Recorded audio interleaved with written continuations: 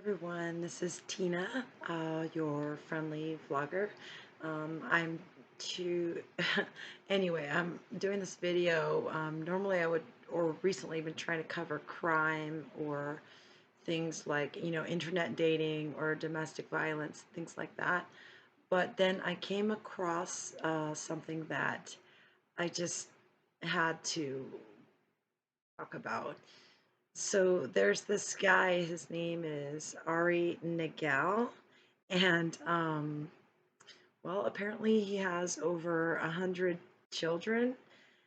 As I read through, I believe I saw him on Dr. Phil, and then also read an article of the New York Times that this guy, he's a mathematician, okay, and he has these like stunningly beautiful, like bluish green eyes. But anyway, during the pandemic, I guess he became a sperm donor. So he became a sperm donor for more than 100 children. So as of now, from the last I've seen since May 22, he has at least 100 children. So it's a bit controversial. From what I learned was that he would decide, or the family of whomever he's donated to decides whether or not he's involved in the child's life. Um, if he's asked to be involved, then he shows up for birthdays or things like that. From the last thing that I saw, if they opt to not, have a closed adoption, I guess, or however that is, artificial insemination. If they don't want any contact with the father, um, you know, then he doesn't, push it. So it's kind of, I know it's very controversial because a lot of people are like kind of upset about it because, this one person is, putting his everything out there. They call him, I guess there's a nickname for him. It's called the Spernminator. I find that really funny. Just so you see, Bob, my cat, joined the video. But anyway, I just wanted to talk about it because just think about this, like I don't know, so in like 20 years, it'd be kind of cool to see like what the kids look like and, how everything comes out because like he's going to pass on some really good genes. He's not only a math professor, but he also has like a really like stunning eyes. Like the eyes are just like bluish green. They're just really pretty. And I mean, I'm not saying he's like, the best looking guy or whatever, but like the genes obviously, passing on hopefully his knowledge or his parts of his brain, and then the eyes. So I just thought it was a really interesting story.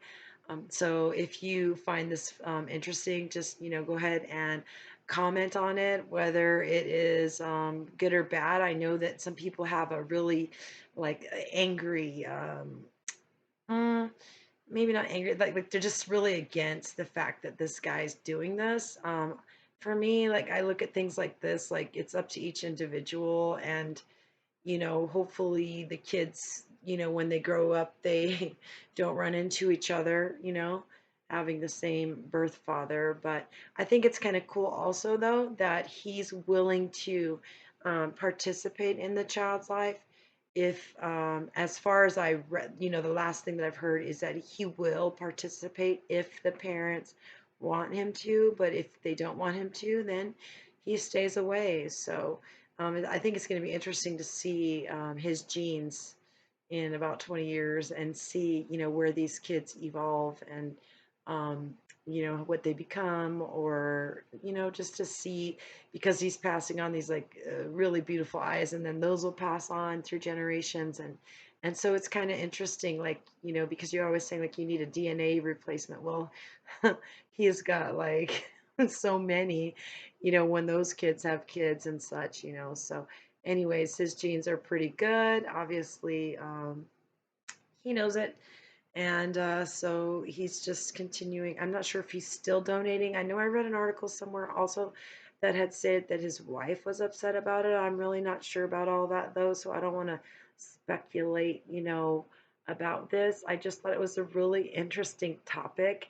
And then I will go ahead and leave the link below in the description, so you can, read it for yourself. You can also hit the like button or subscribe to my channel if you enjoy the content, or spending a few time minutes of your day with me. I'm enjoying it.